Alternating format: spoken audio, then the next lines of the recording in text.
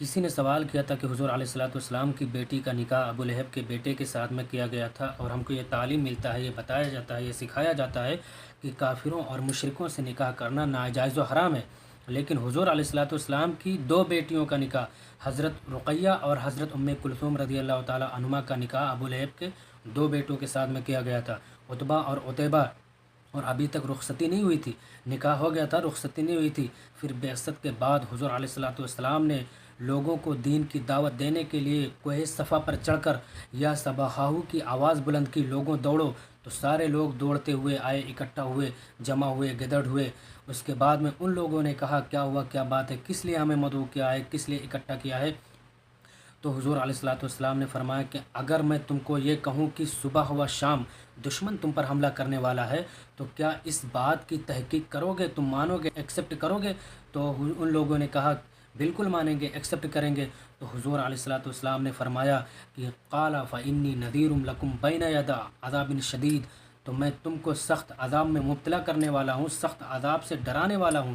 جب اس بات کو ابو لہب نے سنا تو اس نے حضور صلی اللہ علیہ وسلم کو کہا تم برباد ہو جاؤ، تباہ ہو جاؤ، تم نے ہمیں اس لیے جمع کیا ہے، اس لیے گدڑ کیا ہے، اکٹھا کیا ہے، مدعو کیا ہے۔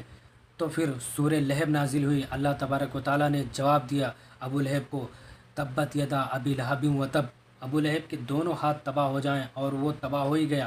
دونوں ہاتھ سے مراد ابو لہب کے دونوں بیٹے ہیں۔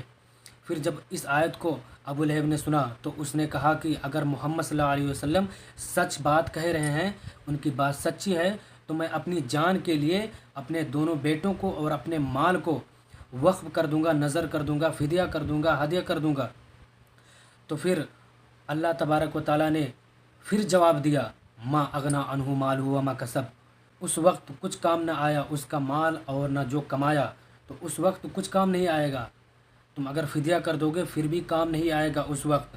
تو پھر اس آیت کے نازل ہونے کے بعد میں ابو لہب نے اپنے دونوں بیٹوں کو حکم دیا کہ حضور علیہ الصلوۃ والسلام کی دونوں بیٹیوں کو اپنے نکاح سے فرقت کر دو۔ تو وہ دونوں گئے، حضور علیہ الصلوۃ والسلام کی دو صاحبزادیوں کو اپنے نکاح سے فرقت کر دیا، نکال دیا۔ اور اب تک مسلمانوں کے لیے مشرک مردوں سے اور مشرکہ عورتوں سے نکاح کرنا حرام قرار نہیں دیا گیا تھا۔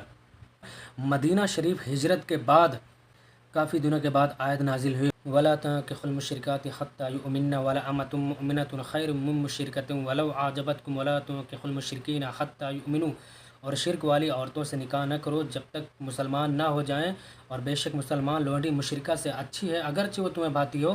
اللہ کہتا ہے کہ مسلمان لڑکی ان مشرکہ عورتوں سے اچھی ہے، اگرچہ وہ تمہیں اچھی لگتی ہو لیکن پھر بھی مسلمان لڑکی اچھی ہے ان سے، اور مشرکوں کے نکاح میں نہ دو جب تک وہ مسلمان نہ ہو جائیں۔